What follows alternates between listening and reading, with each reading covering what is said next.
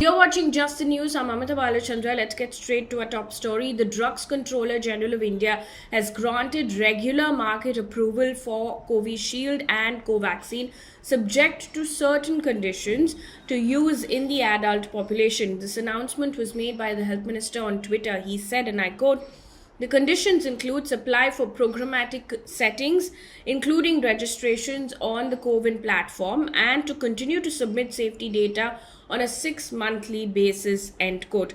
Now, since January last year, Covishield and Covaxin have been available under the EUA or the Emergency Use Authorization. NDTV has in fact reported, citing sources who've said that gradually the vaccine will be available in the market at a price lower than at what it was being sold earlier at private hospitals. Meanwhile, the Health Ministry today has said that the BA.2 subvariant of Omicron is now more prevalent in the country. The government said as many as 1,292 cases of Omicron variant were found on genome sequencing in December, while the number has now risen drastically to 9,672, and this is as of January.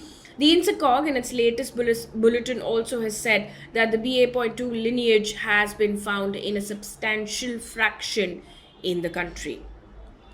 The Health Ministry also said that there are early indications of a plateau in the number of COVID cases, with just the top 10 states attributing to 77% of total active cases in the country. The government also said that more than 90% of cases are in home isolation with mild to moderate severity, and that there are a lower number of cases needing oxygen and ICU beds. In the meantime, India's daily positivity rate has risen to 19.59% as 2.86 lakh people have tested positive in the last 24 hours. We've also reported 573 deaths. The active cases are now over 22 lakh. I'll give you a brief outline on what states are reporting at this point. Delhi has reported 4,291 new COVID cases. The test positivity rate is at 9.56%. Yesterday, it had reported more than 7,000 cases, so there's a marginal improvement in the number of cases as well. Mumbai has consistently been reporting a little over 1,000 cases in the last couple of days. It's reported 1,384 new COVID cases in the last 24 hours. Bengaluru has reported 17,717 cases in the last 24 hours. Karnataka, in the meantime, has reported 38,083 new COVID cases. A large share of that number is obviously Bengaluru, which has reported more than 17,000 cases. Positivity rate in the state of Karnataka is at 20.44%. Also in the news, as cases in Delhi are going down, they've eased a lot of restrictions, including lifting the weekend curfew, and these are the changes that have come in Delhi. Odd even curbs for markets have been lifted, and now shops can be open every day. Restaurants and cinemas can reopen with 50% capacity. The number of guests in weddings has been raised to 200 from 50. The 10 p.m. to 5 a.m. night curfew and the closure of schools, however, will remain in place. Meanwhile, in Uttar Pradesh, schools have been closed till the 15th of February for physical classes amid rising COVID cases. Earlier, schools and colleges were closed till the 23rd of January, which was extended till the 30th of January. Now it's been further extended to the 15th of February. Haryana government, in the meantime, on Wednesday extended COVID-related restrictions in the state till the 10th of February, but allowed malls and markets to remain open till 7 p.m., extending the relaxation by 1 hour. Also, the United Kingdom has now lifted its COVID restrictions, and masks will no longer be required in enclosed spaces, and vaccine passports have also been shelved. Earlier, vaccine documents were required to enter places such as nightclubs, football grounds, and large-scale events. Let's now take a look at what else is making news apart from COVID, and this is relating to the protests that have been taking place in UP and Bihar for the last couple of days.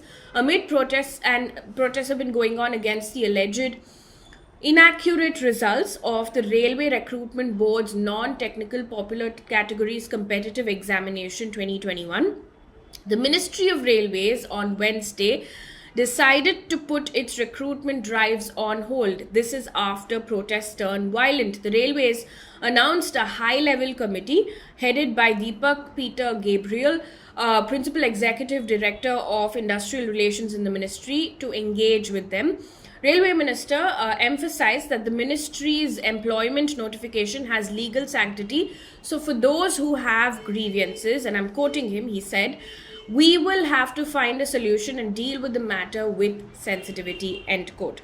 According to the Indian Express, protesters torched 4 empty coaches of a stationary train in Gaya and blocked rail traffic between Gaya and Jahanabad on Wednesday. Protests were also held in Patna, Bhagalpur and Sasaram.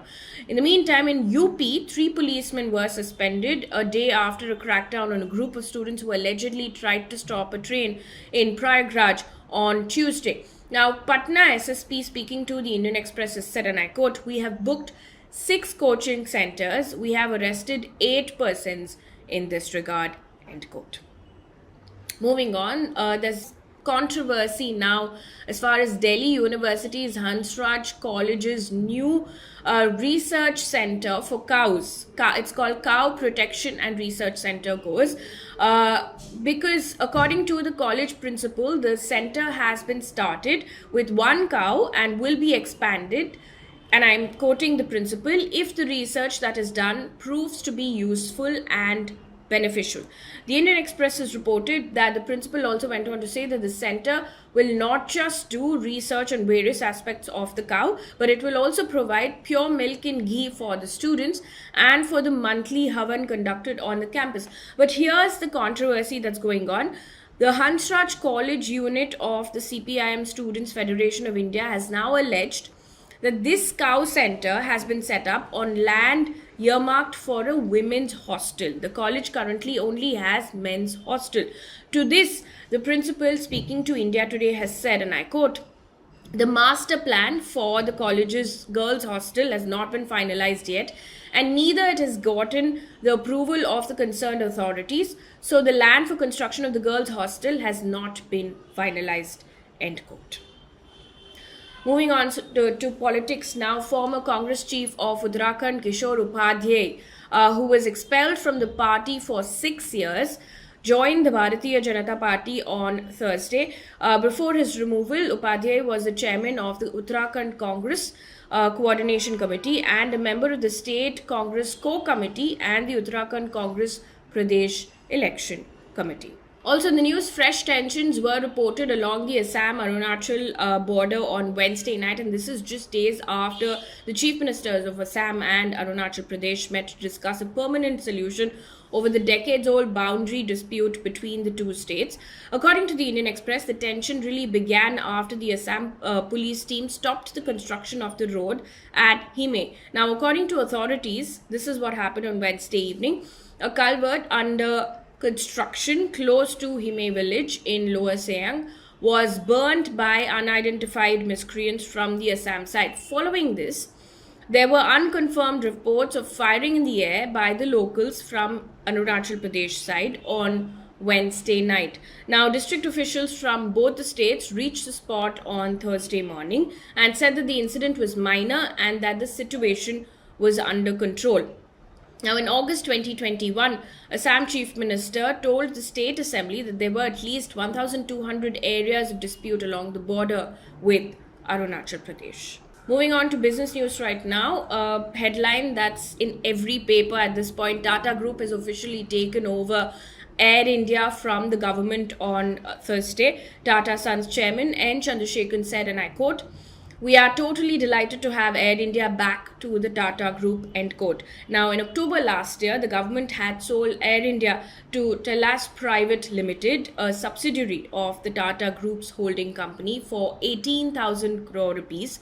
Now, as part of a deal, the Tata Group will also be handed over Air India Express, and a 50% stake in ground handling arm Air India SATS. Now, at present, Air India controls over 4,400 domestic and 1,800 international landing and parking slots at domestic airports, as well as 900 slots abroad. An update now on the stock market. The top line equity indices on BSE and NSE trimmed most of their intraday losses and ended around 1% lower on Thursday. The S&P BSE Sensex fell 581.21 points, while the broader Nifty 50 declined 167.80 points to settle at a little over 17,000. The market has been choppy over the last couple of days. Moving on to international news right now. Amid Russia and Ukraine tensions, Canada Prime Minister announced that Canada will expand its military training mission in Ukraine and ship the embattled Eastern European country non-lethal equipment to help it face down the threat of Russian invasion. Now, Mr. Trudeau also said that additional troops could be sent if necessary, and the size of mission contingent could be increased to 400. In the meantime, the US Embassy in Ukraine urged American citizens in Ukraine to consider departing now using commercial or other privately available transportation options.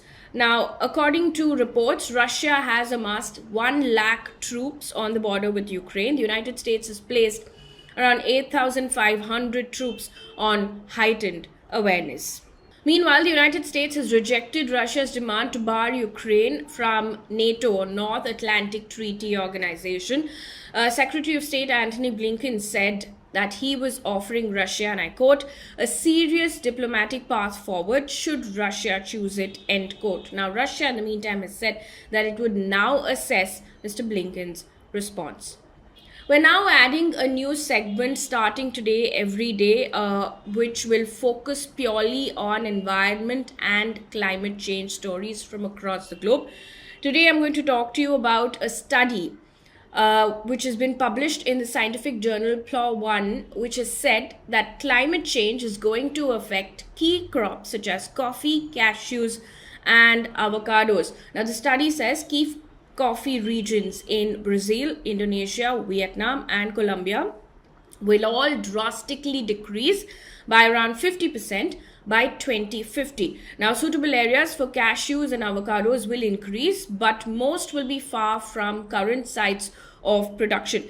In this study, the authors have looked at how rising temperatures and changing rates of precipitation will impact the three crops over the next 30 years. Now, the study also says that in the lowest temperature scenario, there would be a reduction of 76% in Brazil's most suitable areas for coffee. In Colombia, it would shrink by 63%. Now, the authors have concluded that for all three crops, climate change adaptation will be necessary in most major producing regions. On to sports news right now. Charanjit Singh, the hockey legend under whose captaincy the Indian hockey team won gold medal in 1964 Tokyo Summer Olympics, has passed away at the age of 90. Now, he was also part of the team that won the silver medal at the Rome Olympics in 1960, besides the silver in the 1962 Asian Games.